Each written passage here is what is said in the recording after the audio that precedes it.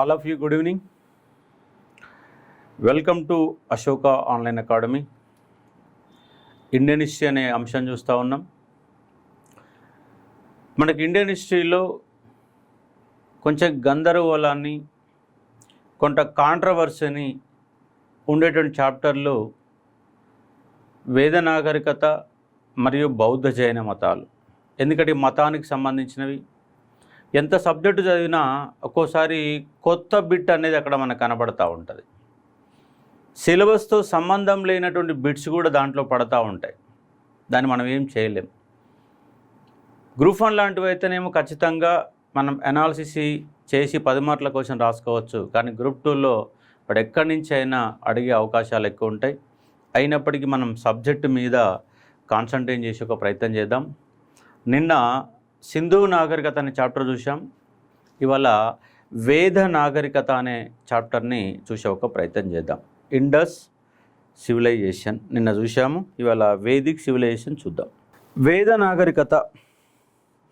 వేద నాగరికతలో మనం దాన్ని 2 భాగాలుగా చేసుకుంటాం. తొలివేదం, మలివేదం. తొలివేదం అంటే కేవలం ఋగ్వేదం, మలివేదం అంటే ఋగ్వేదం తప్ప మిగిలిన అన్ని వేదాలు కలిపితే మలివేదంగా మనం భావిస్తాం. మరి ఇక్కడ ఈ వేద నాగరికతలో మనం ఏం చదవాలా, ఏ అంశాల ఆధారంగా ఇక్కడ సబ్జెక్ట్ ఉంటుందని ఒకసారి మనము చూసే ఒక ప్రయత్నం చేస్తే, వేద సాహిత్యంలో మీరు చూడాల్సిన అంశాలు ఏంటంటే, ఒకటి కాలం. వేద నాగరికత కాలం ఒకప్పుడు అడిగేది, ఇప్పుడు ఏం అడగట్లేరు. రెండవది ఆర్యులు ఎక్కడ నుంచి వచ్చారు, ఆర్యులు ఎక్కడ నుంచి వచ్చారు. ఒక్కొక్కరు సిద్ధాంతం చెప్పారు ఎక్కడ నుంచి వచ్చారు. అలాగే వేద సాహిత్యం.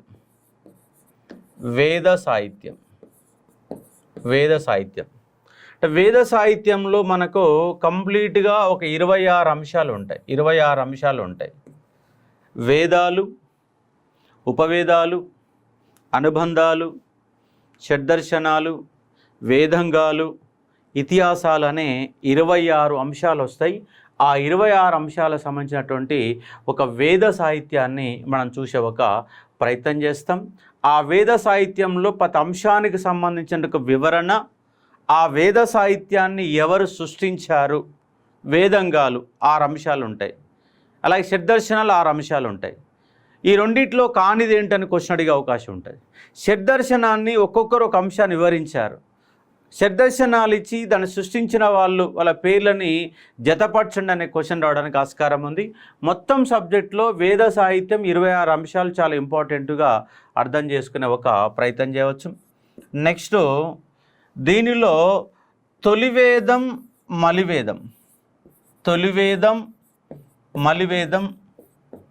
మలివేదం మధ్య తేడాలేంటి, ఏ వేద కాలంలో ఏమున్నాయి, బాల్య వివాహాలు ఎక్కడ ఉన్నాయి, ఎక్కడ లేవు, కన్యాశుల్కం ఎక్కడ ఉంది, ఎక్కడ లేదు, తొలివేదంలో పన్నులేంటివి, మలివేదంలో పన్నులేంటి, తొలివేద కాలంలో సంస్కృతి ఏంటి, మలివేద కాలంలో సంస్కృతి ఏంటి, వాట్ ఈస్ ద డిఫరెన్స్. ఇదైతే కంప్లీట్గా మనకు గ్రూప్ 1లో వచ్చేటువంటి క్వశ్చన్. తొలివేదం, మలివేద మధ్య నుండి తారతమ్యాలు, తేడాలు, భేదాలను వివరించండి అంటారు. లేదా వేద నాగరికతకు సింధు నాగరికత మధ్య ఉన్నటువంటి భేదాలు, తేడాలని అడిగే ఒక ప్రయత్నం కూడా జరుగుతుంది. కాబట్టి తొలివేద కాలంలో సంస్కృతి ఎట్లా ఉంది, మలివేద కాలంలో సంస్కృతి ఎట్లా ఉంది అనే కాన్సెప్ట్ని మనం చూసే ఒక ప్రయత్నం చేయాలి. ఇక్కడ సబ్జెక్ట్ అంతా కూడా ఇక్కడే మనకు బిట్లు పడడానికి ఆస్కారం ఉంటుంది. వేద సాహిత్యం అనే ఈ 2 కాన్సెప్ట్లలో మనం బాగా చూసే ఒక ప్రయత్నం చేయాలా. ఇక 5th పాయింట్ ఏంటంటే వివాహ రూపాలు, దాంతోపాటుగా యాగాలు. ఏమేమి యాగాలు ఉన్నాయి, రాజసూయ యాగం ఏంటి, అశ్వమేధ యాగం ఏంటి, ఈ యాగాలకు సంబంధించిన వివరాలు కూడా మనం చూసే ఒక ప్రయత్నం చేయాలా. కాబట్టి కొంత కాంట్రవర్సీ ఉండే ఒక చాప్టర్ వేద సాహిత్యం అనే అంశంగా అర్థం చేసుకునే ఒక ప్రయత్నం చేయవచ్చు. ఇక్కడ మీకు ఒక బేసిక్ ఇన్ఫర్మేషన్ ఇచ్చిన తర్వాత మనం సబ్జెక్ట్లోకి వెళ్ళే ఒక ప్రయత్నం చేద్దాం. కాబట్టి ఈ 6 అంశాల ఆధారంగా మన వేద సాహిత్యాన్ని ఇంట్రడక్షన్ పార్ట్లో చూసిన తర్వాత క్వశ్చన్లు అనేవి నెక్స్ట్ మనం చూసి ఒక ప్రయత్నం చేద్దాం.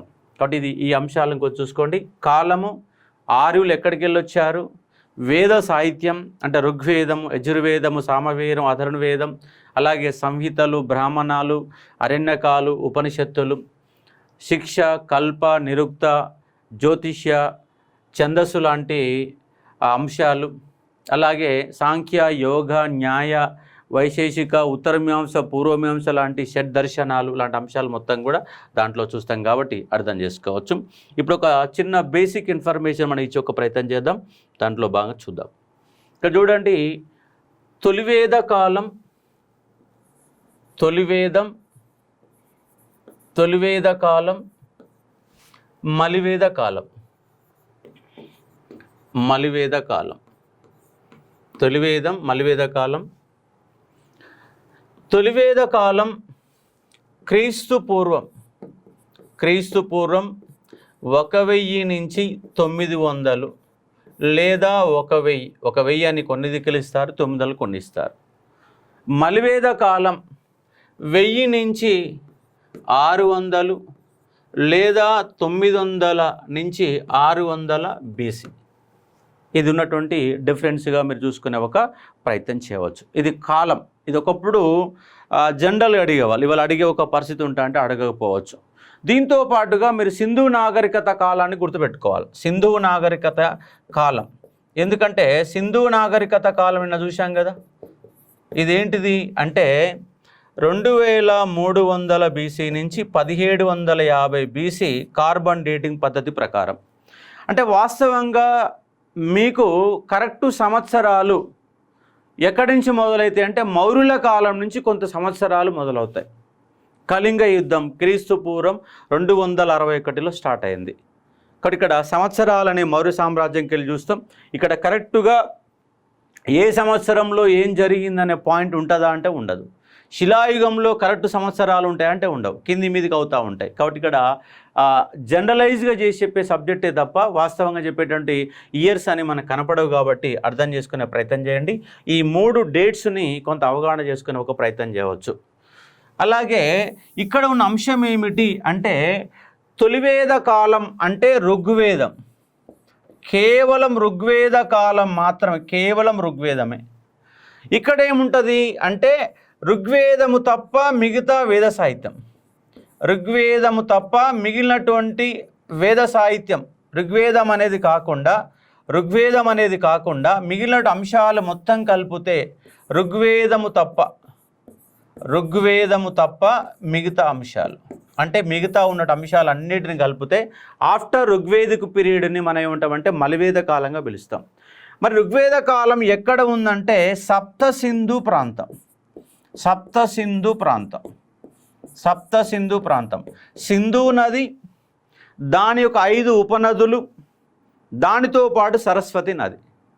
సింధు నది, దాని యొక్క సట్లెంజ్, బియాస్ లాంటి ఉపనదులు, జీలం, చీనాబ్ లాంటి ఉపనదులు, సింధు నది దాని యొక్క ఉపనదులు, మరియు సరస్వతి నది, మొత్తం కలిపితే 7 నదులు ఆ సప్త సింధు ప్రాంతం. అంటే పంజాబ్, హర్యానా లాంటి సప్త సింధు ప్రాంతం. ఇది ఎక్కడ ఉన్నదంటే గంగా యమున తీరాలలో, గంగా యమున తీర ప్రాంతాలలో ఉన్నటువంటి వీళ్ళు స్థిరపడిన ఒక ప్రాంతాన్ని మలివేద కాలంగా పిలుస్తాం. కాబట్టి అర్థం చేసుకోవచ్చు.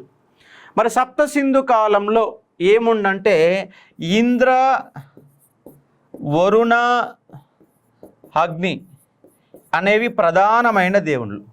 ఇంద్రుడు, అగ్ని, వరుణు లాంటి ప్రధానమైన దేవుళ్ళు ఉంటే ఇక్కడికి వస్తాలు ఇవాళ పాటిస్తున్నటువంటి బ్రహ్మ, విష్ణు, మహేశ్వరుడు, బ్రహ్మ, విష్ణు, మహేశ్వరుడు అనేటువంటి దేవతల యొక్క ప్రస్తావన మనకు వస్తుంది.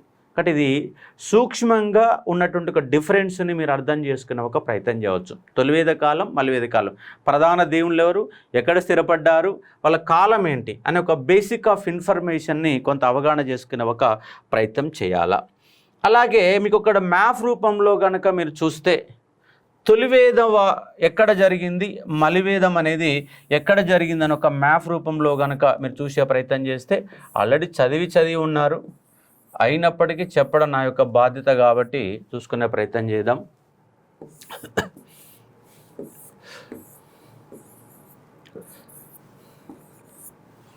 ఇక్కడ ఈ ప్రాంతం వరకు, ఈ ప్రాంతం వరకు, అలాగే ఇలా పాకిస్తాను, ఆఫ్ఘనిస్తాను లాంటి ప్రాంతాలు మొత్తం కూడా ఇండియాలోని భాగాలే. కాబట్టి ఇక్కడ వరకు ఉన్నటువంటి భాగం ఏంటంటే ఋగ్వేదం. ఇక్కడ ఈ భాగాన్ని వదిలిపెట్టి కొంత షిఫ్ట్ అయింది. ఎక్కడ షిఫ్ట్ అయిపోయింది? ఈ గంగా యమున తీర ప్రాంతాల వరకు షిఫ్ట్ అయిపోయిన ఒక సందర్భం. ఇక్కడ ఈ మలివేద కాలం అనంతరము, ఈ మలివేద కాలంలో ఉన్న ఒక ప్రాంతమే తర్వాత కాలంలో షోడశ మహాజనపదాలుగా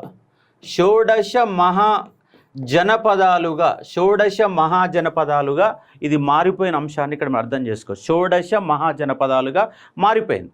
అంతకుముందు ఒక సప్త సింధు ప్రాంతాన్ని తొలివేద కాలం అయితే మలివేదం అంటే మదివేల కాలంలో ఉన్నటువంటి మహానగరాలు మొత్తంగా మారిపోయిన అంశాన్ని ఇక్కడ గుర్తుపెట్టుకునే ఒక ప్రయత్నం చేయాలి. ఇక్కడ ఋగ్వేదము తప్ప మిగిలినటువంటి వేదాలు కంప్లీట్గా ఉత్తర భారతదేశానికి సంబంధించిన వాళ్ళే.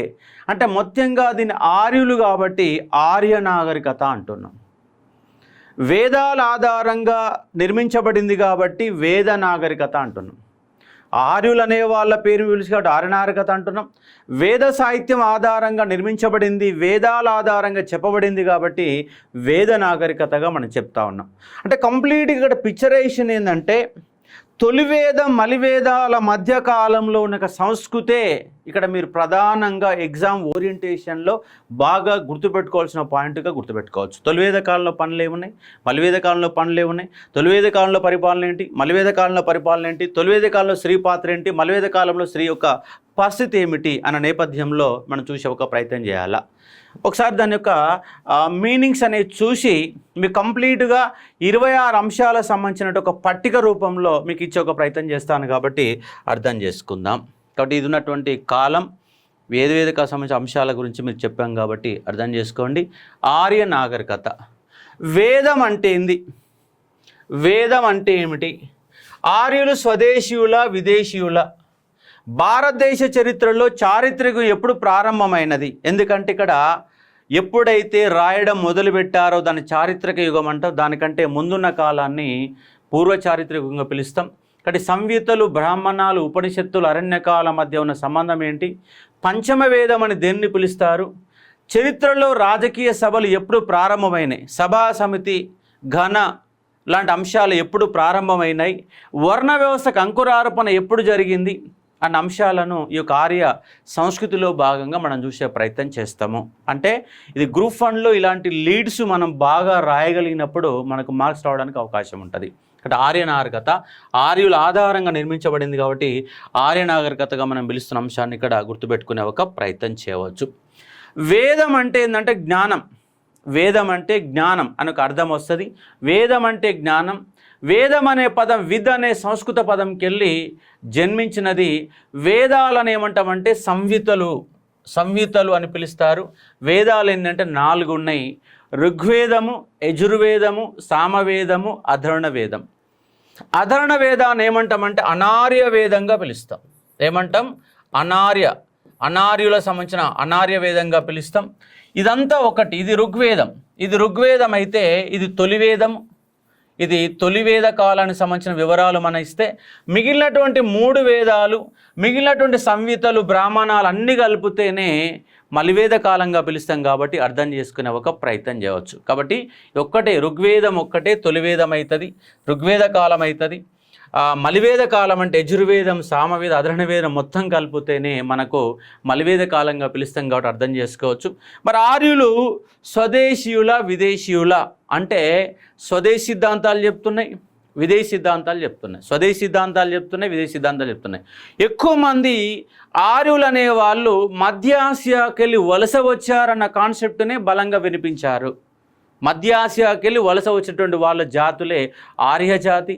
తెల్లని వర్ణాన్ని కలిగి ఉన్న వాళ్ళు ద్రావిడ అనే వాళ్ళు మనకు ఏమంటాం దాన్ని నలుపు వర్ణాన్ని కలిగి ఉన్నారు. తెలుపు, నలుపు అనే జాతి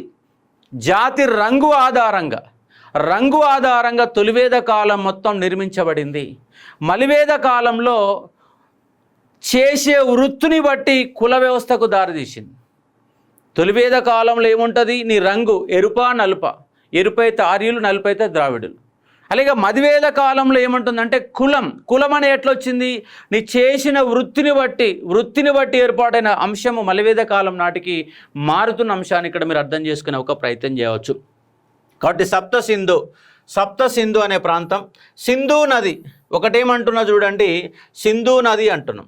ఎన్ని నదులు మొత్తంగా, ఆ నదులకు సంబంధించినటువంటి ఒక అంశాన్ని మీకు చూపిస్తాను ఉండండి. ఇవి సప్త సింధు నదులు, సప్త నదులు ప్రాచీన యొక్క పేర్లు. అప్లోడ్ ఇది కూడా క్వశ్చన్ అడగడానికి ఆస్కారం ఉంటుంది. చూడండి, సింధు నది ప్రధానమైనది ఏంటంటే సింధు నది. ఈ సింధు నదికి ఇవన్నీ కూడా ఉపనదులు. దీంట్లో సరస్వతి అనేది మనకు ప్రధానమైనటువంటి ఒక పవిత్రమైన నదిగా మనం పిలిచే ఒక ప్రయత్నం జరుగుతుంది కాబట్టి గుర్తుపెట్టుకోవచ్చు. కాబట్టి వాటికి ఉన్నటువంటి వివిధ పేర్లు. ఈ సప్త సింధు ప్రాంతంలోనే తొలివేద నాగరికత వెలసిల్లినది.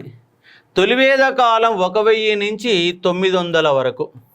ఇక్కడనే ఋగ్వేద కాలంగా దీన్ని పిలుస్తాము. అంశాన్ని ఇక్కడ గుర్తుపెట్టుకునే ప్రయత్నం చేయండి. ఇక్కడ చూడండి, ఇక్కడ మీకు ఇబ్బందిగా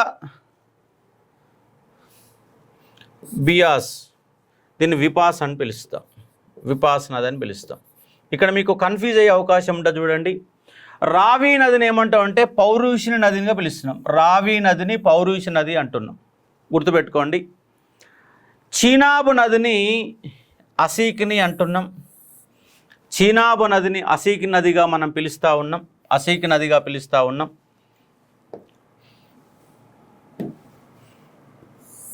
అలాగే జీలం నది వితస్త అంటున్నాం. ఈ మూడు గుర్తుపెట్టుకోవాలి.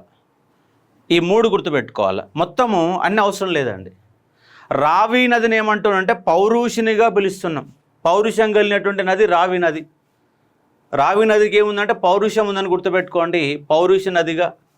చీనాబుని ఏమంటున్నాం అంటే అసీకిని అని పిలుస్తూ ఉన్నాం. జీలం నదిని వితస్త అంటున్నాం, జీలం నదిని వితస్త అంటున్నాం. మూడే. సట్లేంజ్ అంటే దాంట్లోనే సుతుద్రి అనేది ఉంది. సరస్వతి నదిని సరైతి అని పిలుస్తున్నారు, దీన్ని విపాస్ అని పిలుస్తున్నారు. కాబట్టి సింధు నది అంటున్నారు. కాబట్టి ఏం ఒరిగాల్సినటువంటి పనేం లేదు. సరస్వతిని సరైతి అని కొట్టారు.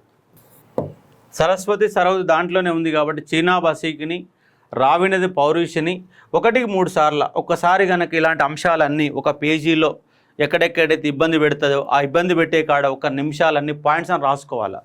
ఇదేంటంటే బట్టే సిస్టమే. పోయే ముందు ఎగ్జామ్ ఒక 4 రోజులు ఉందనంగా ఇలాంటి పదాలు మొత్తం పదే తిప్పేస్తే ఎగ్జామ్ పోయినాక ఇలాంటి బిట్లు కనుక అడిగితే డైరెక్ట్గా ఆన్సర్ పెట్టడానికి అవకాశం ఉంటుంది, లేకపోతే మార్క్ పోతుంది.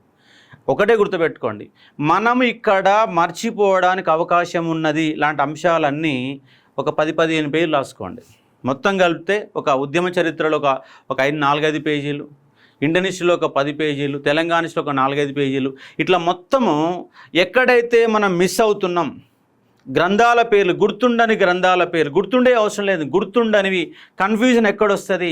ఆడు పోంగన డైలమా పడే అంశాలన్నీ కూడా మీరు డైలమా అనే ఒక కాన్సెప్ట్ పెట్టుకొని ఒక రాసుకోగలిగితే, అందరికంటే ఒక హిస్టరీలో మనం 5 మార్కులు ఎక్కువ చేయగలిగితే ఉద్యోగ విజయం నీదే. ఒకటేనండి, నీ లోపం ఏంటో నువ్వు గుర్తిస్తే నీకు ఉద్యోగం వస్తుంది. నాకు అన్నీ వస్తాయని చెప్పేసి అన్నీ నాకే తెలుసు అనే ఫీలింగ్లో ఉంటే ఉద్యోగం పోతుంది. కాబట్టి నీ కన్ఫ్యూజన్ ఎక్కడుంది, నీ లోపం ఎక్కడుంది, నీ లోపాలన్నీ ఒక 2 పేజీలు రాసుకో. ఫస్ట్ నీ లోపాలను అన్నీ నువ్వు సవరించుకుంటే సక్సెస్ నీదే. పొద్దుగా లేస్తలేవు, రాసుకో, అది నీ లోపం, ప్రధానమైన లోపం. బుక్ పట్టుకొని చదువుతున్నావు కానీ కాన్సన్ట్రేషన్ కూర్తలేదు, నీకు ప్రధాన లోపం. నీ లోపాలన్నీ ఒక పేజీలో రాసుకొని చూడు, వాటిని అధిగమిస్తే కంపల్సరీ ఉద్యోగం వస్తుంది. ఒకవైపు నీ ప్లస్లు రాసుకో, మరో మైనస్లు రాసుకో. మైనస్లు అధిగమించడమే నీ సక్సెస్. రోజు 4 గంటలు చదువుతున్నావు, రోజు ఫోన్లో మాట్లాడుతున్నావు, ఎక్కువ నిద్రపోతున్నావు, కాన్సన్ట్రేషన్ చేయడం లేదు, లాంటి అంశాలు ఒక వాట్సాప్ చూస్తున్నావు, అవన్నీ రాసుకొని పదే చూస్తే అది ఇవన్నీ నా లోపాలు కదా అని గుర్తించుకోగలిగితే ముందు పోవడానికి అవకాశం ఉంది. ఇలాంటి పదాలు మొత్తం రావి నది పౌరుషం నది, సట్లేజ్ నది సుతుద్రి నది, జీలం నది వితస్తా నది, చీనా వాసీకిని, సరస్వతి సరౌతి దాంట్లోనే ఉంది, బియాస్ విపాసు దాంట్లోనే కనబడతా ఉంది. కాబట్టి మీరు గుర్తుపెట్టుకోవాల్సిన జీలం నది వితస్త, చీనాబ్ నది అసీకిని, రావి నది పౌరుషిని. రావి నది పౌరుషం ఎక్కువ ఉన్న నేపథ్యంలో ఒక పాయింట్ గుర్తుపెట్టుకుంటే సరిపోతుంది. ఇలా చేసుకోండి. ఓకే. అలాగే మీకు ఇప్పుడు చెప్పాల్సిన ఒక కాన్సెప్ట్ ఏంటంటే మొత్తము 26 అంశాలను చూసిన తర్వాత ఒక్కొక్క దాంట్లోకి వెళ్ళే ఒక ప్రయత్నం చేద్దాం. 26 అంశాలన్నీ కూడా ఒకే దగ్గర మనము చూసే ఒక ప్రయత్నం చేద్దాం. 26 అంశాలు మొత్తం కూడా మీకు ఒకే దగ్గర చూపించే ప్రయత్నం చేస్తాను. అవన్నీ ఒక పేజీని ప్రింటౌట్ మాదిరిగా మీరు రాసుకోండి. ఈ పేజీ ఒక్కటి గుర్తుపెట్టుకుంటే మీకు 1 మార్కు గ్యారంటీ వస్తుంది. ఒకటే మార్క్ వస్తుంది, ఎక్కువేం రావు. వేదాలు, వేదాలు ఏమేమున్న వేదాలు? ఋగ్వేదం, ఋగ్వేదం, యజుర్వేదం, యజుర్వేదం, సామవేదం, సామవేదం, అధర్వణ వేదం.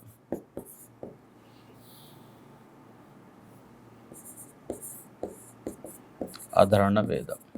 ఓకే. నెక్స్ట్ ఉపవేదాలు, ఉపవేదాలు. ఇక్కడ మనకు కన్ఫ్యూజ్ వస్తుంది. ఉపవేదాల అంశంలో కన్ఫ్యూజ్ రావడానికి అవకాశాలు ఎక్కువ ఉంటాయి. వీటిపైన కూడా మనకు అప్పుడు బిట్లు పడడానికి అవకాశం ఉంటుంది. కాబట్టి ఆయుర్వేదం. ఇప్పుడు ఇక్కడ సామవేదం ఉంది. సామవేదం కాడ మనం ఏం రాసుకోవాలి అంటే గాంధర్వ వేదం రాసుకోవాలి.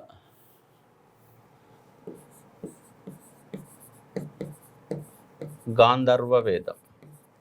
ఉపవేదాలలో సామవేదానికి గాంధర్వ వేదానికి లింక్ ఏముందంటే రెండు కూడా సంగీతం గురించి చెప్తున్న అంశాలుగా గుర్తుపెట్టుకోవచ్చు. సామవేదం, గాంధర్వ వేదం అని రెండు కూడా సంగీతం గురించి వివరించేటటువంటి, అది వేదం కావచ్చు, ఉపవేదం కావచ్చు, అర్థం చేసుకోవచ్చు. అలాగే ఆయుర్వేదం, ఆయుర్వేదం ఫస్ట్ డే సెకండ్ డే రాయాలని ఏం లేదు. ఆయుర్వేదం, అధర్వణ వేదం, ఆయుర్వేదం అంటే రెండు కాన్సెప్ట్ ఏమి కాదు. ఇక్కడ మంత్రతంత్రాల గురించి అన్నిటి గురించి దీంట్లో వస్తాయి కాబట్టి, అదేవిధంగా ఆయుర్వేదం అనే ఒక వైద్యశాస్త్రానికి సంబంధించిన గ్రంథం కాబట్టి కొంత లింకు చేసుకునే ఒక ప్రయత్నం చేయండి. అలాగే ధనుర్వేదం, శిల్పవేదం, ధనుర్వేదం, శిల్పవేదం,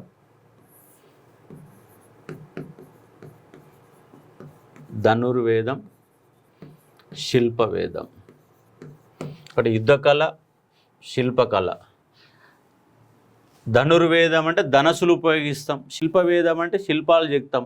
అంటే దీంట్లో ఇంత గందరగోళం ఏం రాదు. ఇక్కడ గందరగోళం మీకు వచ్చేదల్లా కన్ఫ్యూజ్ ఎక్కడ వస్తాయంటే గాంధర్వ వేదం కాడనే కన్ఫ్యూజ్ వస్తుంది. గాంధర్వ వేదం ఏం చెప్తుందన్న కాడ కన్ఫ్యూజ్ గురవుతారు. కాబట్టి ఒక్క పాయింట్ గుర్తుపెట్టుకోవాలి. అంటే ఎక్కడ మన డిస్టర్బెన్స్ అవుతుందనే కాన్సెప్ట్నే మనము బాగా కాన్సన్ట్రేట్ చేసే ప్రయత్నం చేయండి. ఉపవేదాలు. అలాగే వేదాలకు అనుబంధాలు, వేదాలకి అనుబంధాలు, వేదాలకి అనుబంధాలు, అనుబంధాలు.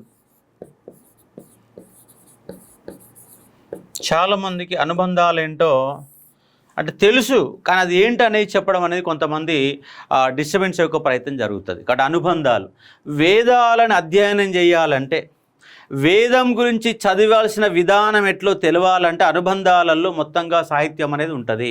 ఇక్కడ అనుబంధాలు అనేవి కూడా కొంత ఇంపార్టెంట్ కాబట్టి కొంత జాగ్రత్త పడండి. ఏంటివి?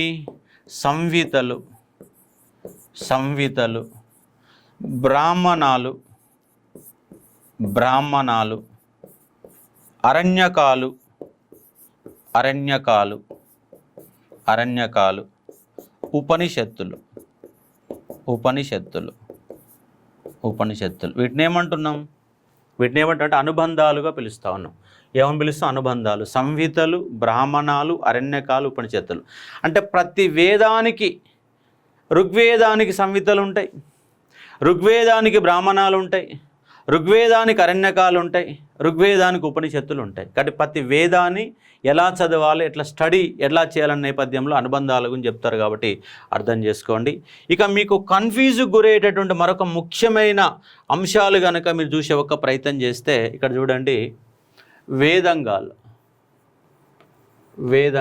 ఇవి చాలా ఇంపార్టెంట్. మనము ఆగమయ్యేది కూడా ఇక్కడనే ఆగమవుతుంటాం.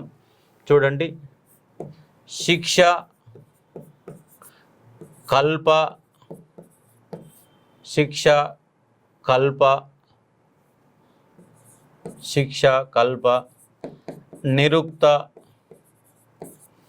నిరుక్త, ఇంకేమొస్తాయి? శిక్ష, కల్ప, నిరుక్త, జ్యోతిష్య, లేదు నాకు వ్యాకరణ, జ్యోతిష్య,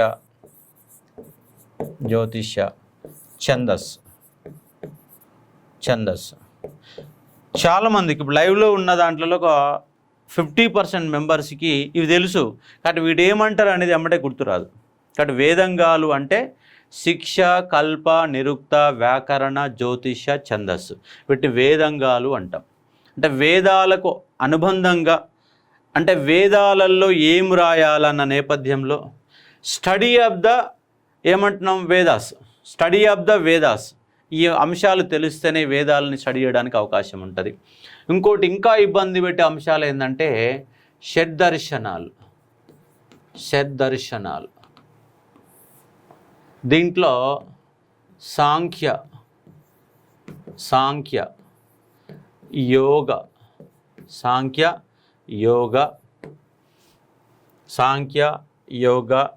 వైశేషిక. మూడో పాయింట్ ఏమొస్తుంది? న్యాయ వస్తుంది. యోగ, న్యాయ, వైశేషిక, ఉత్తర మీమాంస,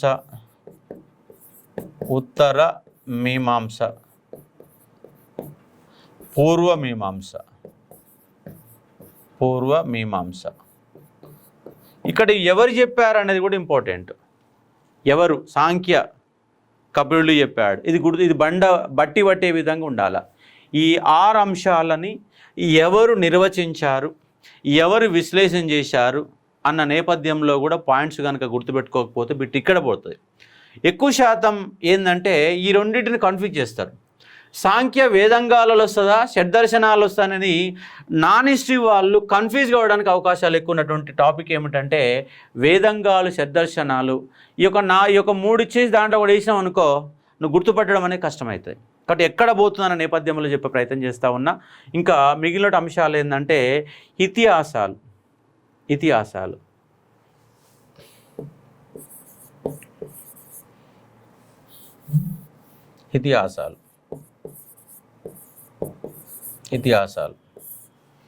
ఏమున్నాయి? రామాయణం, మహాభారతం అనే 2 ఇతిహాసాలు. ఈ మొత్తం ఎన్ని అంశాలంటే 26 అంశాలు వస్తాయి చూడండి. ఈ 26 అంశాలే వేద సాహిత్యంగా మనం పిలుస్తాం. వీటి యొక్క నిర్వచనాన్ని మీరు ఖచ్చితంగా చదవాలి. 26 అంశాలకు సంబంధించిన నిర్వచనం అనేది మనం చూసుకుంటే 50% ఆఫ్ సిలబస్ అంటే వేద సాహిత్యంలో, వేద నాగరికత సంబంధించినటువంటి వేద సాహిత్యంలో ఇవన్నీ అంశాలు ఉంటాయి. కాబట్టి ఇవన్నీ ఒకటే పేజీలో రాసుకోండి. నాన్ హిస్టరీ వాళ్ళకంటే అవసరం లేదు. హిస్టరీ వాళ్ళు ఎట్లాగా మనం ఏగానే మనం ఆన్సర్ గుర్తించగలుగుతాం, కానీ మీకు బిట్టుపోవడానికి అవకాశాలు ఎక్కువ ఉంటాయి. ఇవి 26 అంశాలండి. రామాయణం, మహాభారతం. రామాయణం ఏముంది? రామాయణం అనేది ఒక ఆలి పంచాయతీ, మహాభారతం ఒక పాలి పంచాయతీ. పెండ్లమోడు కొట్లాడుకుంటే వచ్చిందే రామాయణం, అన్నదమ్ములు కొట్లాడుకుంటూ వచ్చేదాన్ని మహాభారతంగా పిలుస్తాం. మహాభారతం ముందు జరిగిందా, రామాయణం జరుగుతుందంటే చరిత్ర ప్రకారం అయితే మహాభారతం ముందు జరిగింది, రామాయణం వెనక జరిగింది. కానీ మనము దేవుళ్ళ పరంగా చూసుకుంటే రామాయణం ముందు, మహాభారతం అనేది వెనక జరుగుతుంది. ప్రపంచంలోని అతిపెద్ద పద్య సాహిత్యం ఏంటంటే మహాభారతం. దాని గురించి కూడా డీటెయిల్గా మనం చూసి ఒక ప్రయత్నం చేద్దాం. ఇది ఈ కాన్సెప్ట్ని ఒక పేజీలో నీట్గా రాసుకునే ఒక ప్రయత్నం చేసుకోండి. నాది రైటింగ్ బాగుండదు. ఈ అంశాల మొత్తం వివరించిన తర్వాత తొలివేద కాలానికి మలివేద కాలానికి డిఫరెన్సెస్ అనేవి చూసే ప్రయత్నం చేస్తే సరిపోతుంది. ఒక్కో దాని గురించి డీటెయిల్గా వెళ్దాం. Okay, right. రాసుకున్నారు కదా? ఎందుకంటే లైవ్ క్లాస్ కాబట్టి ఆపడానికి వీలు కాదు. తర్వాత అంటే మీరు ఆపుకొని రాసుకునే ఒక ప్రయత్నం చేయవచ్చు. లైవ్లో ఉన్న వాళ్ళ కష్టమవుతుంది. నేను చెప్పేది గ్రూప్ 2 క్లాస్కే, చెప్పేది అన్నీ కూడా ఈ గ్రూప్ 2 క్లాసులు ఇవన్నీ మొత్తం కూడా గ్రూప్ 2లోనే వచ్చే అంశాలే. Okay, right. సబ్జెక్ట్లోకి వెళ్దాం. ఆల్రెడీ చెప్పాము, సప్త సింధు ప్రాంతంగా వివరించే ప్రయత్నం చేసినాం. సప్త సింధు కాలంలో తొలివేదం అనేది, ఋగ్వేదం అనేది మొత్తంగా కొనసాగిన అంశాన్ని చూడండి. నెక్స్ట్, ఆర్యులు ఎక్కడికి వెళ్ళి వచ్చారు, ఆర్యులు ఎక్కడి నుంచి వచ్చారు, ఆర్యులు ఎక్కడికి వెళ్ళి వచ్చారు అన్నప్పుడు ఎక్కువ మంది మనకి ఎక్కువసార్లు చెప్పేది ఏంటంటే ఆర్కిటిక్ హోమ్ ఆఫ్ వేదాస్. ఆర్యుల గురించి మనకు బాలగంగాధర్ తిలక్ చెప్పిన అంశం ఏంటంటే వీళ్ళు ఆర్కిటిక్ ప్రాంతంకి వెళ్ళి వచ్చారు. స్వామి దయానంద సరస్వతి చెప్పిన అంశం ఏంటంటే టిబెట్కి వెళ్ళి వచ్చారు. స్వామి దయానంద సరస్వతి టిబెట్కి అని చెప్తున్నాడు. బాలగంగాధర్ తిలక్ ఆర్కిటిక్ ప్రాంతంకి వెళ్ళి వచ్చారని చెప్తున్నాడు. మ్యాక్స్ ముల్లర్ మధ్య ఆసియాకి వెళ్ళి వచ్చారని చెప్తున్నారు. మ్యాక్స్ ముల్లర్ మధ్య ఆసియాకి వెళ్ళి వచ్చారు ఆర్యులు అని చెప్తున్నారు. ఎక్కువసార్లు ఈ 3 అంశాలపైనే చర్చ జరుగుతుంది. అలాగే ఆ 3తో పాటు మరొక 3-4 కూడా ఆర్యులు అనేవాళ్ళు మధ్య ఆసియాకి వెళ్ళి కొంత వచ్చారని, లేదు భారతదేశానికి సంబంధించిన సప్త సింధు ప్రాంతానికి సంబంధించిన వాళ్ళని కొంతమంది వివరణ ఇచ్చారు. అర్థం చేసుకునే ఒక ప్రయత్నం చేద్దాం, వాటి గురించి చూద్దాం. ఇప్పుడు చూడండి, ఇక్కడ ఆర్యుల జన్మస్థానం ఆర్కిటిక్ ప్రాంతం. ఆయన రాష్ట్ర గ్రంథం ఏంటంటే ఆర్కిటిక్ హోమ్ ఆఫ్ వేదాస్ అనే గ్రంథాన్ని రాసిండు. Arctic home of Vedas. వేదాల గురించి ఆయన జైల్లో ఉన్నప్పుడు, ఆయన 1908 నుంచి 1914 వరకు బాలగంగాధర్ తిలక్ జైల్లో ఉన్నాడు. ఆ జైల్లో ఉన్నప్పుడు రాసిన గ్రంథమే ఆర్కిటిక్ హోమ్ ఆఫ్ వేదాస్. ఒకటి అంశాన్ని మీరు అర్థం చేసుకునే ఒక ప్రయత్నం చేయవచ్చు. జైల్లో ఉన్నప్పుడు ఏం పని ఉండదు కాబట్టి పుస్తకాలు రాశారు. చాలామంది ఏమంటాం, జాతీయోద్యమ నాయకులంతా జైలు జీవితాన్ని గడిపిన వాళ్ళే. గాంధీ కావచ్చు, ప్రతి నాయకుడు జైలు పోయిన వాళ్ళు. ఆ జైలు పోయినప్పుడే పుస్తకాల సందర్భాలు కనబడుతుంది.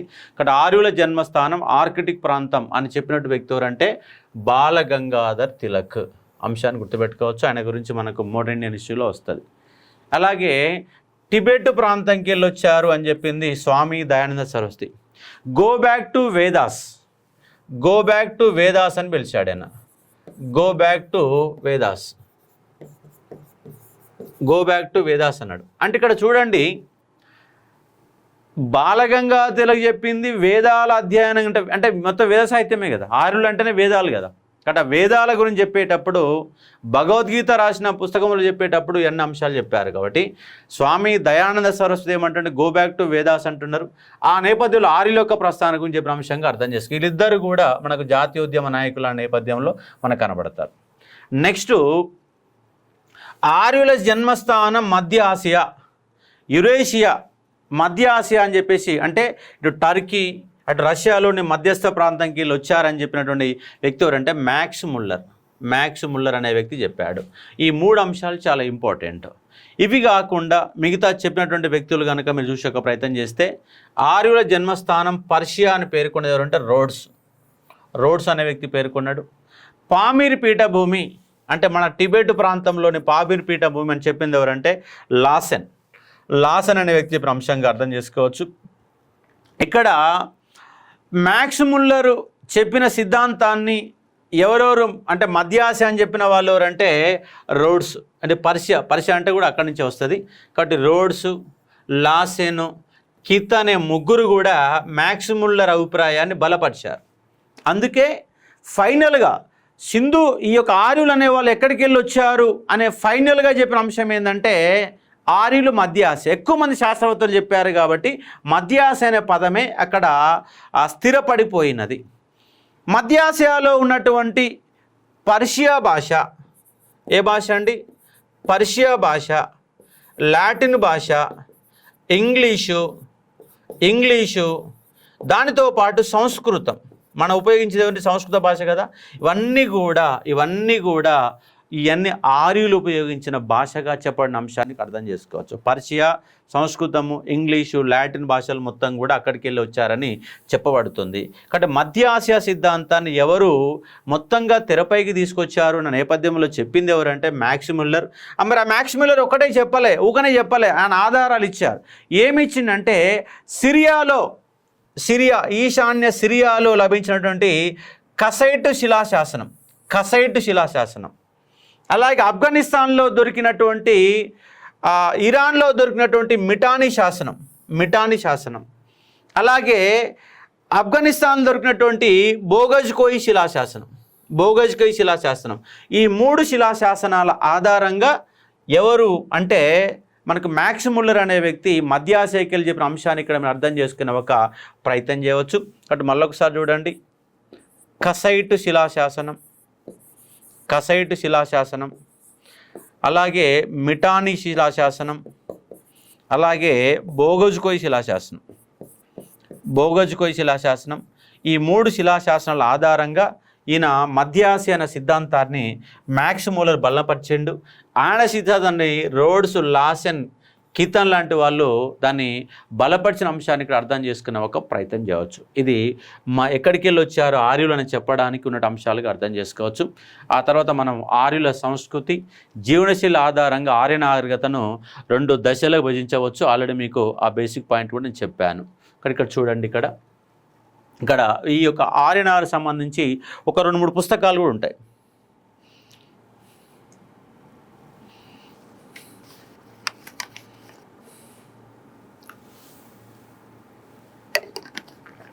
పీజీలో మీరు ఫ్యూచర్లో అంటే ఒక సబ్జెక్టు పరంగా డెప్త్ పెంచుకోవడానికి కొంత అవకాశం ఉన్న సబ్జెక్టులలో ఎకానమీ, పాలిటీ, హిస్టరీ లాంటి సబ్జెక్టులు 3 సబ్జెక్టులలో బెటర్ ఆప్షన్ ఏంటంటే ఎకానమీ మీద అది గ్రిప్పు సంపాదించగలిగితే ఫ్యూచర్ ఉంటుంది.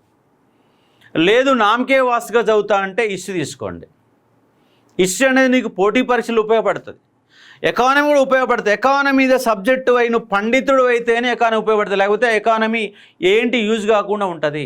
హిస్టరీ అంటే చదువుతూ రావడానికి అవకాశం ఉంది. కాబట్టి నేను హిస్టరీని రేపు ఫ్యాకల్టీ కానీ ఒక లెక్చరర్ కానీ అవసరమైతే ప్రైవేట్గా కూడా పనిచేసుకుంటాను అన్న నేపథ్యంలో ఉంటే కొంచెం హార్డ్ వర్క్ చేస్తా అంటే ఎకానమీ చదవండి. లేదు నార్మల్గా నాకు సబ్జెక్టు కావాలి అనుకుంటే మాత్రం హిస్టరీ చూసే ప్రయత్నం చేయండి. మధ్యస్థంగా పాలిటీ ఉంటుంది.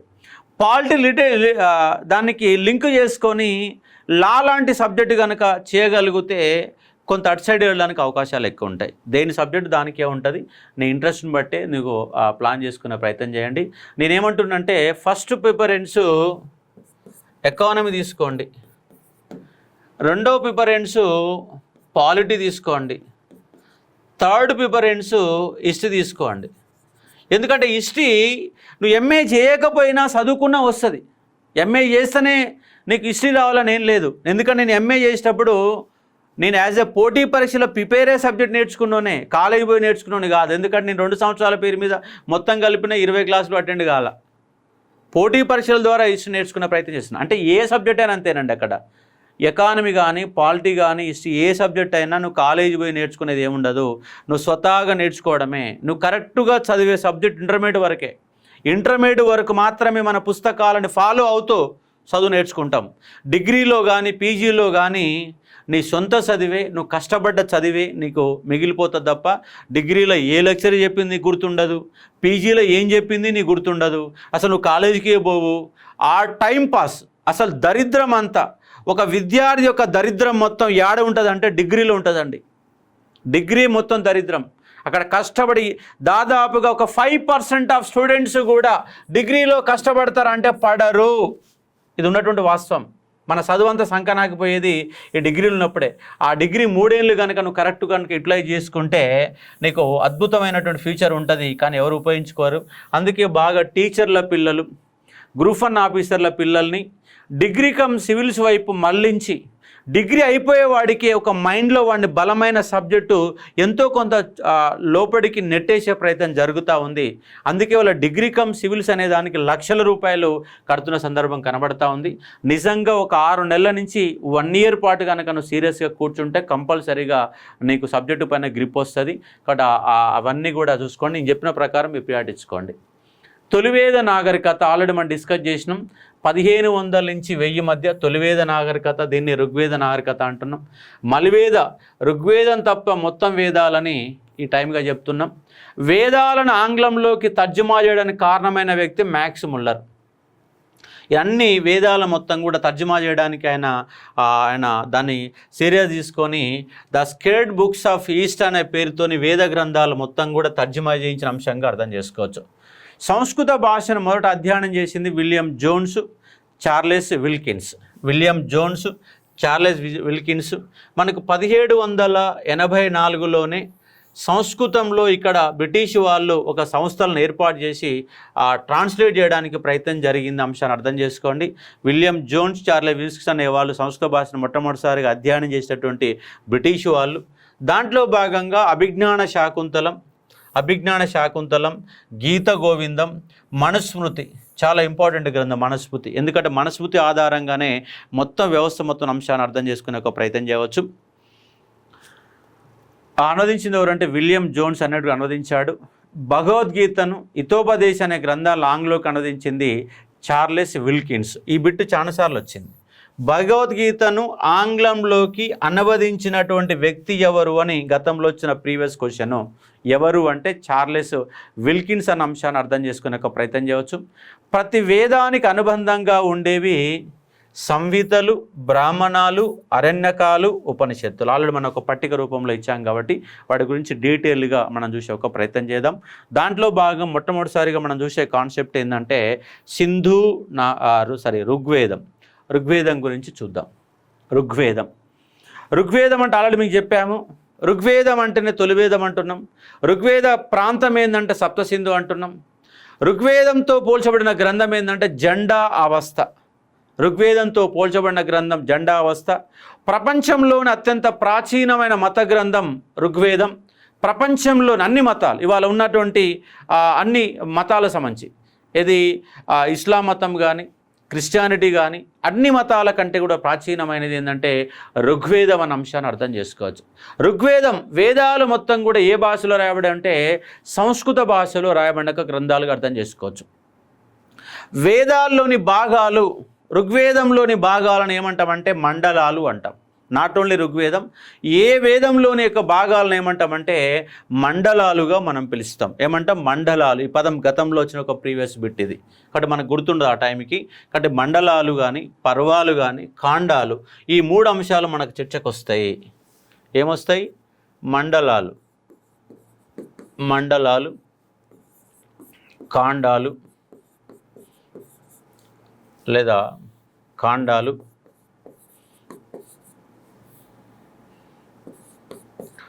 పర్వాలు. మండలాలు ఎన్ని ఉంటాయి అంటే ఒక్కొక్క దాంట్లో కొన్ని మండలాలు ఉంటాయి. ఋగ్వేదంలో 10 మండలాలు ఉన్నాయి. కాండాలు ఎన్ని ఉంటాయి? 7 కాండాలు ఉంటాయి మహాభారతంలో. పర్వాలు ఎన్ని ఉంటాయి? 18 పర్వాలు ఉంటాయి. ఇది వేద సాహిత్యంలో మీకు కనబడేటువంటి 3 పదాలుగా గుర్తుపెట్టుకునే ఒక ప్రయత్నం చేయవచ్చు. కాబట్టి వేదాల్లో ప్రాచీనమైనది ఋగ్వేదం. తొలివేదానికి ప్రధాన ఆధారం ఋగ్వేదం. ప్రపంచంలో ప్రాచీనమైన మత గ్రంథం ఋగ్వేదం. అందుకే ఋగ్వేదాన్ని ఏమంటున్నామంటే ఆది గ్రంథం. ఏమని పిలుస్తున్నాం? ఆది గ్రంథంగా మనం పిలుస్తున్న అంశాన్ని ఇక్కడ అర్థం చేసుకునే ఒక ప్రయత్నం చేయవచ్చు. ఋగ్వేదంలో ఎన్నంటే 10 మండలాలుగా విభజించబడింది. 10 మండలాలు ఉన్నాయి. మొత్తం శ్లోకాల సంఖ్య 1028 బేసిక్స్ పాయింట్స్ ఏనండి. కాబట్టి దీన్ని మొత్తంగా రాసిన వాళ్ళు ఎవరున్నారంటే భరద్వాజుడు, విశ్వామిత్రుడు, వశిష్ఠుడు, వామదేవుడు, ఆత్రి, గీత సముద అనే ఋషులు దీన్ని రచించారు. ఇక్కడ మీకు ప్రధానంగా మళ్ళీ మనకు చర్చకు వచ్చేటటువంటి వ్యక్తులు ఎవరెవరు అంటే విశ్వామిత్రుడు అనే వ్యక్తి చర్చకు వస్తాడు, వశిష్ఠుడు అనే వ్యక్తి చర్చకు వస్తాడు. ఎందుకంటే విశ్వామిత్రుడు వశిష్ఠుల ఇద్దరి కారణంగా జరిగినటువంటి యుద్ధమే దశరాగ్న యుద్ధం. దశరాగ్న యుద్ధంలో విశ్వామిత్రుడి కారణంగానే మనకి ఏమొచ్చిందంటే దశరాగ్న యుద్ధం వచ్చింది. ఇక్కడ విశ్వామిత్రుడు, వశిష్ఠుడు, అలాగే భరద్వాజుడు, వామదేవుడు, అత్రి, గీత సముద అనే ఋషులు దీని రాసిన అంశంగా అర్థం చేసుకోవచ్చు. ఋగ్వేదం సంస్కృత భాషలో దేవనాగరి లిపిలో రాయబడింది. ఏ లిపి అండి? దేవనాగరి లిపి. మనకు ఈ దేవనాగరి లిపి సంస్కృత భాష రూపొందించిన లిపి ఏంటంటే దేవనాగరి లిపిగా అర్థం చేసుకునే ఒక ప్రయత్నం చేయవచ్చు. మనకెందుకంటే అశోక చక్రం పైన ఏ లిపిలో రాయబడిందంటే దేవనాగరి లిపి అని చెప్పబడుతున్న అంశంగా అర్థం చేసుకోవచ్చు. అయితే ఋగ్వేదం మలివేద నారకత కాలంలో గ్రంథస్థం చేశారు. అంటే ఋగ్వేదాన్ని ఎప్పుడు గ్రంథస్థం చేశారంటే మలివేద కాలంలో గ్రంథస్థం చేశారు. ఋగ్వేదం అనేది ముందుగా అలాంటి ప్రాచీనమైనది, కానీ గ్రంథ రూపంలో ఎప్పుడు మారిందంటే మలివేద కాలంలో మారిందని చెప్తున్న అంశంగా అర్థం చేసుకోవచ్చు.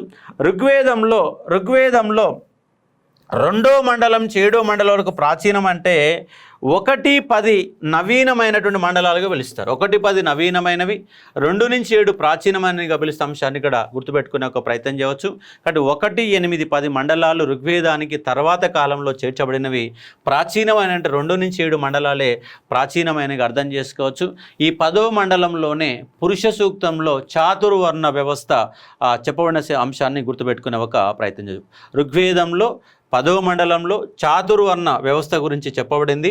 వర్ణం యొక్క ప్రస్తావన ఎక్కడ చెప్పబడిందంటే ఋగ్వేదంలో వర్ణం చాతుర్వర్ణ వ్యవస్థ అంశంగా గుర్తుపెట్టుకునే ఒక ప్రయత్నం చేయవచ్చు. నెక్స్ట్ యజుర్వేదం ఎక్కడంటే యజ్ఞయాగాలు చేసేటప్పుడు ఉపయోగించేటటువంటి మంత్రాలకు సంబంధించినటువంటి వివరాలు ఎక్కడ ఉన్నాయంటే యజుర్వేదంలో ఉన్నాయి.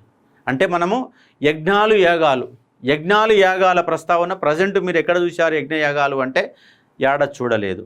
పెళ్లి సందర్భంలో అలాగే గృహప్రవేశం సమయంలో ఒక మంట పెట్టి చూసింది మాత్రం చేశారు, కానీ యజ్ఞాలు యాగాలు మనకు ప్రజెంట్ కనబడతాయి. అంటే మన యాగం ఎవరు చేసిరండి? యాగం కేసీఆర్ సార్ చేసిండు యాగం. సుదర్శన యాగం లాంటి యాగాలు అనే పదము కేసీఆర్ నోటికెళ్ళి మనం విన్నాం, అంతే తప్ప ఎక్కడ కూడా చూడలేదు. కాబట్టి యాగం పెద్ద ఎత్తున ఒక గుంట తీసి ఆ గుంటలో కట్టలేసి దాంట్లో నెయ్యి పోస్తూ మంట పెడుతుంటే ఆ మంటలు పైకి లేస్తుంటే అది యాగం అన్నట్టుగా మన మైండ్లో ఫిక్స్ అయిపోయిన అంశాన్ని గుర్తుపెట్టుకోవచ్చు. కాబట్టి యజ్ఞ యాగాలు క్రతువుల నిర్వహణలు అనుసరించాల్సిన పద్ధతుల గురించి యజుర్వేదం. యజ్ఞయాగాలలో చదివే మంత్రాలు, చదివే అంశాలు, ఆ యజ్ఞ నిర్వహణ యొక్క తీరు మొత్తం ఎక్కడ ఉందంటే యజుర్వేదంలో ఉన్న అంశంగా గుర్తుపెట్టుకునే ఒక ప్రయత్నం చేయాలి. కానీ యజుర్వేదంలో ఏమేమి ఉన్నాయంటే 2 ఉంటాయి. కృష్ణ యజుర్వేదం, శుక్ల యజుర్వేదం అని 2 కలబడతాయి. వేదవ్యాసునికి సంబంధించిన యజుర్వేదం కృష్ణ యజుర్వేదం. యజ్ఞవల్కుడు ఒక మేధావి అండి, ఒక మేధావి, ఆయన సంబంధించినటువంటి శుక్ల యజుర్వేదంగా మనం పిలుస్తాం. కాబట్టి యజ్ఞవల్కుడు యొక్క ప్రస్తావన కూడా మనకు ఆ వేదాలలో కనబడుతుంటుంది. వేదవ్యాసం చెందిన శాఖను తత్తీరీయమని, యజ్ఞవల్కుని చెందిన శాఖను వాజస్నేయమని పిలుస్తారు. ఇవంతా మనకి ఏం పెద్దగా అవసరం లేదు. కృష్ణ యజుర్వేదం శుక్ల యజుర్వేదం కన్నా ప్రాచీనమైనది. కృష్ణ యజుర్వేదం ప్రాచీనమైన ఒక పాయింట్ని గుర్తుపెట్టుకుంటే సరిపోతుంది. కాబట్టి యజ్ఞాలు యాగాలకు సంబంధించిన యాగం ఏంటిదంటే యజుర్వేదం. సామవేదం ఒక లయబద్ధంగా, ఒక గాత్రంతో, ఒక సంగీతంతో పదాల ఉచ్చారణ కనపడేది ఎక్కడంటే సామవేదం సంగీతానికి మూలం అన్న అంశాన్ని అర్థం చేసుకునే ఒక ప్రయత్నం చేయవచ్చు. ఇది బేసిక్ బిట్, చిన్న గ్రూప్ 4 లాంటి ఎగ్జామ్లలో క్వశ్చన్ అడుగుతారు. ఇది అత్యంత ప్రాచీనమైన సంగీత గ్రంథం. దీన్ని 2 భాగాలు విభజించారు. వీటిని ఏమంటే ఆర్చికాసుగా మనం పిలుస్తాం. ఇందులోని అత్యధిక శ్లోకాలు ఋగ్వేదంలోనే పేర్కొనబడ్డాయి. అందుకే దీన్ని అంత ప్రధానమైన వేదంగా గుర్తించారు. అప్రధానమైన వేదంగా గుర్తించారు.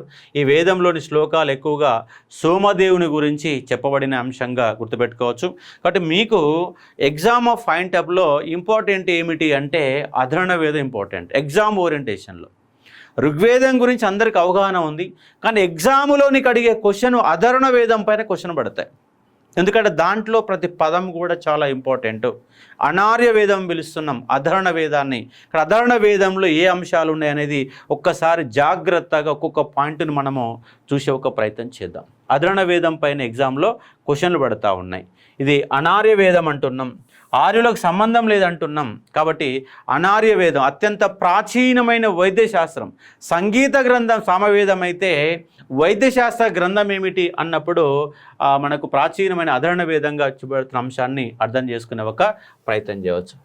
ప్రాచీనమైన గ్రంథం ఏంటిది అంటే మనకు అధర్ణ వేదంగా గుర్తుపెట్టుకునే ఒక ప్రయత్నం చేయవచ్చు. మరి దీంట్లో ఆయుర్వేదం కూడా ఏముంటుందండి? ఆయుర్వేదం ఇక్కడ ఏం చెప్పినాం మనం?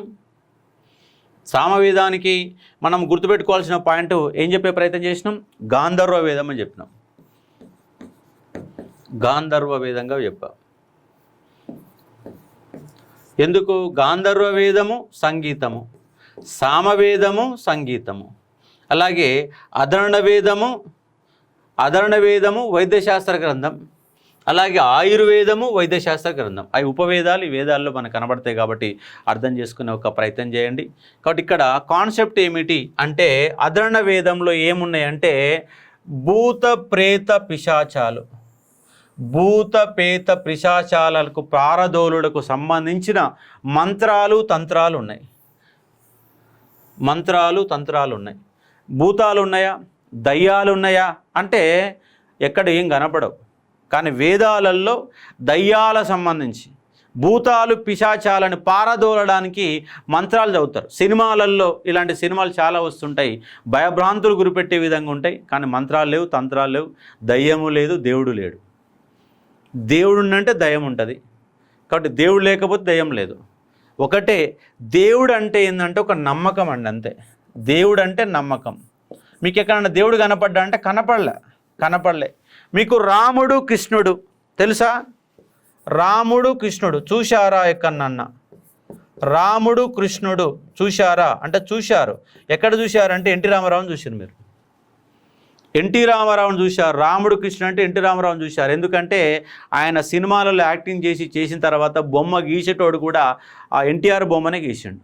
మనం ఇవాళ కళ్ళు మూసుకుంటే కనపడే దేవుడు ఎవరంటే ఎన్టీ రామారావే. రాముడు రూపంలో కనపడే ఎన్టీ రామారావు, కృష్ణుడు రూపంలో కనపడే ఎన్టీ రామారావు. ఎందుకంటే బొమ్మలని గట్టిగా గీశారు కాబట్టి. కాబట్టి ఎవరు కూడా దేవుణ్ణి చూడలేదు కాబట్టి దయ్యాన్ని కూడా చూడలేదు. మనం ఒక అభూత కల్పనలలో ఒక కళ్ళల్లో దయ్యం అంటే ఇట్లా ఉంటుందని చెప్పేసి ఒక ఊహ మాత్రమే. బయటికి పోయినప్పుడు, చీకట్లోకి పోయినప్పుడు ఆ ఊహ మన ముందుకు వచ్చేసి బాడీలో ఒక తెలియనటువంటి ఒక భయాన్ని కల్పిస్తుంటుంది. కాబట్టి ఫస్ట్ మీరు దయ్యం అంటే ఇట్లుంటుంది, దేవుడు అంటే ఇట్లుంటాడు అనే రూపం కనుక నీ మనుషులలో మస్తిష్కంలో లేకపోయి ఉంటే నీకు ఏ భయం లేదు, ఎక్కడి నుంచైనా పోవచ్చు. ఇక్కడ ఆ మస్తిష్కాన్ని మనం మైండ్లో పెట్టుకున్నాం కాబట్టి ఈ మనిషిలో భయం అనేది జ్వరబడిన అంశాన్ని గుర్తుపెట్టుకోవాలి. దాన్ని దూరం చేయండి. ఇక్కడ వాస్తవికంగా ఆలోచన చేస్తే ఈ దయ్యాల ప్రస్తావన, దేవుళ్ళ ప్రస్తావన ఉండదు. కానీ మనకి ఎక్కడ ప్రస్తావించబడింది భూత పేత పిశాచాల గురించి అంటే మనకు అధర్ణ వేదంలో ఉంది. అలాగే నెక్స్ట్ పాయింట్ ఏంటంటే వ్యవసాయ కార్యకలాపాలకు సంబంధించి సంబంధించిన పాయింట్ ఉంది. అలాగే గోత్ర సంప్రదాయం, మరి గోత్రం యొక్క ప్రస్థానం ఏంటి? మీరు గుడికి పోయారు. ఎక్కడికి పోయారు? గుడికి పోయారు. ఆ గుడికి పోయినప్పుడు మీ గోత్రం ఏందంటారు. చదువుకున్న వాళ్ళ మన ఎవరు కూడా గోత్రం తెలియదు. అందుకే తెలుగువారి ఆరాధ్య దేవుడు అన్నారు సార్ ఎన్టీఆర్ రామారావు. అట్లా ఏం లేదు. మనము తెలంగాణ సమాజానికి ఒక దయ్యం లాంటి వ్యక్తి ఎన్టీ రామారావు. తెలంగాణ సమాజాన్ని సర్వనాశనం చేయడానికి ప్రయత్నం చేసిన వ్యక్తి ఎన్టీ రామారావు. ఎన్టీ రామారావుని మీరు ఆరాధ్య దేవుడిగా ఏం భావించకండి. ఎందుకంటే తెలంగాణ వ్యవస్థని, తెలంగాణ సంస్కృతిని, తెలంగాణకు అస్తిత్వాన మూలాలని పెకిలించి వేయడానికి గట్టిగా ప్రయత్నం చేసిన వ్యక్తి అంటే ఎన్టీ రామారావు అనే వ్యక్తి తెలుగు తేజం పేరుతో, తెలుగు భాష పేరుతో తెలంగాణ అస్తిత్వ పునాదులని కదిలించిన వ్యక్తి అంటే ఎన్టీ రామారావు తెలంగాణ ప్రజలకు ఆరాధ్య దేవుడు అస్సలు కాదు. నీ భాషని, నీ మాండలికాన్ని, నీ తెలివిని, నీ యొక్క ఫుడ్డుని వెటకారంగా చేసి తెలంగాణ వాళ్ళు తెలివి తక్కువ వాళ్ళు, తెలంగాణ వాళ్ళు వెర్రినాయాలని చెప్పే విధంగా ప్రయత్నం చేసినటువంటి వ్యక్తి ఎవరంటే ఎన్టీ రామారావు. కాబట్టి ఎన్టీ రామారావు గురించి వాస్తవాలని మనం తెలంగాణ మూమెంట్లో నేను చెప్పే ప్రయత్నం చేస్తాను. కాబట్టి అర్థం చేసుకోండి. ఇక్కడ చూడండి, ఇక్కడ ఎందుకు ఇంత క్లారిటీగా అంటే ఇక్కడ మనకి ఎగ్జామ్లో క్వశ్చన్ అడుగుతారు. ఏమంటుతారంటే ఇక్కడ వ్యవసాయ కార్యకలాపాలు, వ్యవసాయం గురించి ఏ వేదంలో పేర్కొనబడింది అంటే అధర్ణ వేదంలో.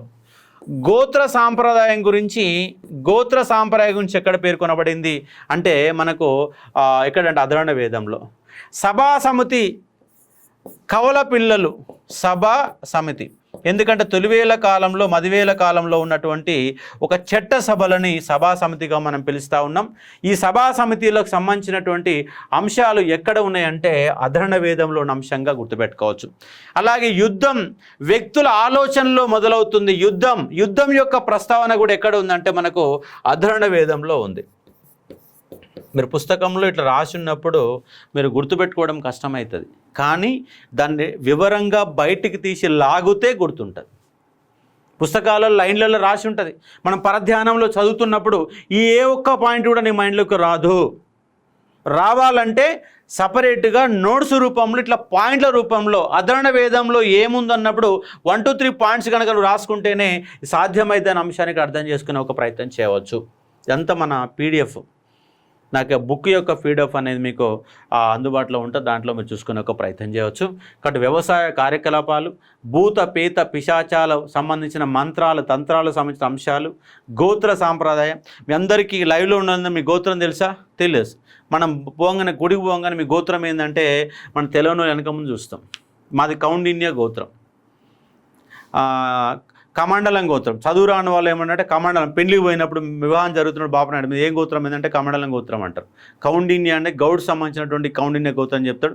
ప్రతి ఒక్కరికి ఒక గోత్రం ఉంటుంది. అంటే ఎందుకు చెప్తున్నా మీకు గుర్తుండాలని చెప్తా ఉన్నాను. అంటే ఇక్కడ గోత్రం అనేది సంబంధించి అధర్ణ వేదంలో పేర్కొనబడిన దాని అంశాన్ని ఇక్కడ మీరు గుర్తుపెట్టుకునే ఒక ప్రయత్నం చేయవచ్చు. కాబట్టి గోత్రానికి సంబంధించినటువంటి కాన్సెప్ట్. అలాగే సభా సమితులనే ప్రజాపతి కౌల పిల్లలైనటువంటి ఆడబిడ్డలతో పోల్చబడిన అంశాలు ఎక్కడ ఉన్న అంశంగా అర్థం చేసుకునే ఒక ప్రయత్నం చేయవచ్చు.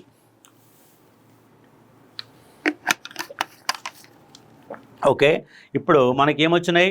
4 వేదాల సంబంధించిన అంశాలు వచ్చినాయి. ఋగ్వేదం ప్రాచీనమని చెప్తున్నాం. ఋగ్వేదం 10వ మండలంలో పురుష సూక్తంలో వర్ణ వ్యవస్థ గురించి పేర్కొనమని చెప్తున్నాం. 7వ మండలంలో మనకు దశరాగ్న యుద్ధం మళ్ళీ మనకు వస్తే దశరాత యజ్ఞ గురించి చెప్పబడుతుంది. 2 నుంచి 7 వరకు ప్రాచీనమైనవి, 1, 10 అనేవి నవీనమైనటువంటి మండలాలుగా చెప్తున్నాం ఋగ్వేదంలో. ఋగ్వేదం ప్రాచీనమైన గ్రంథం అంటున్నాం, కానీ ఎగ్జామ్ పాయింట్ ఆఫ్ వ్యూలో మనకి ఇంపార్టెంట్ ఏంటంటే అధర్ణ వేదం వైద్యశాస్త్ర గ్రంథంగా గుర్తుపెట్టుకునే ప్రయత్నం చేయండి. దీంట్లో శ్లోకాల సంఖ్య 711, యజుర్వేదంలో 1810 శ్లోకాలు ఉన్నట్టుగా చెప్పబడుతున్న అంశంగా. దీంట్లో శౌనకేయ, పైప్లవాడ అధర్ణ వేదాన్ని మనకు 2గా విభజన చేసిన అంశంగా చూసుకోవచ్చు. అది అంత ఇంపార్టెంట్ కాదు, ఈ పాయింట్లు ఇంపార్టెంట్. ఓకే, నెక్స్ట్ ఆల్రెడీ ఇవి వచ్చేసిన మనకు ఆయుర్వేదం, వైద్యానికి సంబంధించిన ఉపవేదాలు. వేదాలకు ఉపవేదాలు కూడా గుర్తుపెట్టుకునే ప్రయత్నం చేయండి. ఒక్కోసారి వీటిని జతపరచండి అనే క్వశ్చన్ ఇస్తారు. ఆయుర్వేదం, దీంట్లో ఆయుర్వేదం అనే పదంలోనే ఉంది, ఏం గుర్తుపెట్టుకోవాల్సిన పని లేదు. అలాగే ధనుర్వేదం అంటే దీంట్లో ధనస్సును ఉపయోగిస్తున్నారు కాబట్టి యుద్ధానికి సంబంధించిన గుర్తుపెట్టుకోండి. జస్ట్ పదాలు వివరాలి. శిల్పవేదం అంటే శిల్పం దీంట్లో కనబడుతుంది కాబట్టి ఎగ్జామ్ హాల్ పోయినాక నీకు కన్ఫ్యూజ్ చేసేది ఏంటంటే గాంధర్వ వేదమే నీకు కన్ఫ్యూజ్ చేస్తూ ఉంది. కాబట్టి గాంధర్వ వేదాన్ని ఒక్కదాన్ని గుర్తుపెట్టుకోండి. సంగీతానికి సంబంధించింది, ఈ సంగీతం సంబంధించిన గ్రంథం ఏంటంటే సామవేదం. ఈ పాయింట్ ఒకటి గుర్తుపెట్టుకుంటే సరిపోతుంది, అంతకంటే ఎక్కువ అవసరం లేదు. శిల్పవేదం శిల్పకళ, ఆయుర్వేదం వైద్యం, ధనుర్వేదం యుద్ధకళ, మిగిలిందల్లా గాంధర్వ వేదం. దీని గురించి ఒక్క పాయింట్ గుర్తుపెట్టుకుంటే సరిపోతాయి. ఓకే, కాబట్టి ఇది మన స్పీడ్ రౌండ్ అప్ మాదిరి కాబట్టి ఫాస్ట్గానే వెళ్ళిపోవాలి, మనం స్లోగా పోతే కుదరదు. నెక్స్ట్ వేదాలకు అనుబంధాలు. ఇంతకుముందు ఏం చెప్పినాం? వేదాలకు అనుబంధాలు సంహితలు అన్నం, బ్రాహ్మణాలు అన్నం, అలాగే అరణ్యకాలు అంటున్నాం, అలాగే ఉపనిషత్తులు అంటున్నాం. వీటిని ఏమంటున్నాం అంటే అనుబంధాలుగా పిలుస్తూ ఉన్నాం. ఏమని పిలుస్తున్నాం? అనుబంధాలుగా పిలుస్తున్న అంశాన్ని ఇక్కడ అవగాహన చేసుకునే ఒక ప్రయత్నం చేయవచ్చు. ఇవాళ జస్ట్ స్పీడ్ రౌండప్కే మనకు క్లాస్ అని అయిపోతే రేపు క్వశ్చన్స్ మనం చూడవచ్చు. చూడండి, సంహితలకి బ్రాహ్మణాలకి వాట్ ఈస్ ద డిఫరెంట్? సంహితలు అంటే పద్య సాహిత్యం, బ్రాహ్మణాలంటే గద్య సాహిత్యం. సంహితలు అంటే పద్య సాహిత్యం అంటే ఒక యజ్ఞం చేసేటప్పుడు ఒక చదివేటటువంటి శ్లోకాలు, యజ్ఞ యాగాలు చేసే శ్లోకాలు చదువుతాం. ఆ శ్లోకాలు ఏమంటే పద్య సాహిత్యంలో ఉంటాయి. పదాల ఉచ్చారణ పద్య సాహిత్యంలో కొనసాగుద్దాన్ని ఏమంటున్నాం అంటే సంహితలు అంటున్నాం. ఆ చదివిన పద్యాన్ని బాపనైన వివరణ చేస్తాడు. ముందుగా ఒక శ్లోకం చదువుతాడు, ఒక మంత్రం చదువుతాడు, ఆ మంత్రం ఏమో సంహిత, చదివిన తర్వాత ఎక్స్ప్లెనేషన్ చేస్తుంటాడు. ఆ ఎక్స్ప్లెనేషన్ ఏమంటున్నాం అంటే బ్రాహ్మణాలు అంటున్నాం. కాబట్టి సంహితల అనంతరం బ్రాహ్మణాలుగా మనం పిలిచిన అంశంగా అర్థం చేసుకోవచ్చు. బ్రాహ్మణాలు గద్య సాహిత్యం, బ్రాహ్మణాలు గద్య సాహిత్యం, సంహితలు పద్య సాహిత్యం. సంహితలు పద్య సాహిత్యంగా 2 పదాలను మీరు అర్థం చేసుకునే ప్రయత్నం చేయవచ్చు. ఈ రెండు కూడా యజ్ఞాలు యాగాల సంబంధంలో ఉపయోగించేట పదజాల గుర్తుపెట్టుకోండి. ప్రార్థనా శ్లోకాలు, యజ్ఞాలు యాగాలు క్రతువుల సందర్భంగా ఆలపించే ప్రార్థనా గీతాలను వేద భాగం సంహితలు అంటున్నాం. బ్రాహ్మణాలు వేదాల కలపడి ఉంటాయి. వేద మంత్రాలను, యజ్ఞ యాగాది క్రతువులను గద్య రూపంలో వివరిస్తాయి. బ్రాహ్మణం అంటే యజ్ఞం గురించి తెలియజేసేది. బ్రాహ్మణుల మతానికి సంబంధించిన యజ్ఞానికి కేంద్రమైన అంశాలుగా గుర్తుపెట్టుకునే ఒక ప్రయత్నం చేయవచ్చు. ఇది 2 పాయింట్స్. కాబట్టి పద్య సాహిత్యం, గద్య సాహిత్యం, 2 యజ్ఞాల యాగాల రూపంలో వివరించేటటువంటి అంశాలు గుర్తుపెట్టుకోండి. మరి యజ్ఞయాగాలు ఎక్కువైనప్పుడు కొంతమంది యజ్ఞయాగాల వల్ల ఇబ్బందులు పడి ఇదంతా సమాజం వేస్ట్ అని చెప్పేసి ఇక్కడికి వెళ్ళి అడవులలో వారిపోయారు. ఆ అడవులలో ఒక తర్కబోధన మొదలైనది. అక్కడ అరణ్యకాలు అనేవి యజ్ఞయాగాలతో అలసిపోయిన వాళ్ళు పోయి అరణ్యాలలో చేసినటువంటి ఒక ఉపదేశమే అరణ్యకాలుగా మనం పిలుస్తాం. బ్రాహ్మణంలోని కర్మకాండాల్లో విసుగు చెందిన ఆర్యులు, బ్రాహ్మణంలోని కర్మకాండాల్లో బ్రాహ్మణంలోని కర్మకాండాలు విసుగు చెందినటువంటి ఆర్యులు అరణ్యాలకు వెళ్ళి యజ్ఞం నిష్ప్రయోజనం, యజ్ఞం వల్ల నో యూస్ అని నిరసించారు. యజ్ఞం కంటే తపస్సు, కాబట్టి అడవులలో ఏం చేస్తారంటే తపస్సు ఫలప్రదమైనని అరణ్యకాలు బోధించాయి. అరణ్యకాలు తపో మార్గం అనుసరించి మోక్షం ఎట్లా పొందవచ్చు? మోక్షం పుట్టినవాడు గిట్టక మానడు, ఆ పోయినోడు మోక్షం పొందాల. కాబట్టి తపో మార్గం ద్వారా మోక్ష మార్గాన్ని అనుసరించేదాన్ని ఏమంటామంటే అరణ్యకాలుగా మనం పిలుస్తున్న అంశాన్ని అర్థం చేసుకోవచ్చు, పొందవచ్చు, వివరిస్తాయి. కాబట్టి తపోవనాల్లో ఉండే ఋషులు వీటిని రచించారు. ఇవి మానవుడి ఆత్మ పరమాత్మ ఆధ్యాత్మికత విషయాలను, భక్తి జ్ఞాన వైరాగ్య మార్గాల గురించి వివరిస్తాయి. మనిషి అంటే జీవితం అంటే ఏం లేదండి, డబ్బులు అన్నీ వేస్ట్ అని చెప్పేది మనము ఋషిలోకి మారిపోతాం అరణ్యకాలంలో. కాబట్టి ఋషులు అనేవాళ్ళు అరణ్యకాలు నిర్ణయించారు. కాబట్టి జీవితం అంటే ఏం లేదు, మనం ఫస్ట్ ఒక 30 to 40, 50 years లోపు ఉన్నప్పుడు ఇంత సంపాదించాలి అంత సంపాదించాలనుకుంటాం. 60 దాటిన తర్వాత ఏం ఉద్ధరించాము, ఏం చేశాము, ఆ డబ్బులతో తీసుకొని పోతామా అంటే ఒక నైరాశ్యం.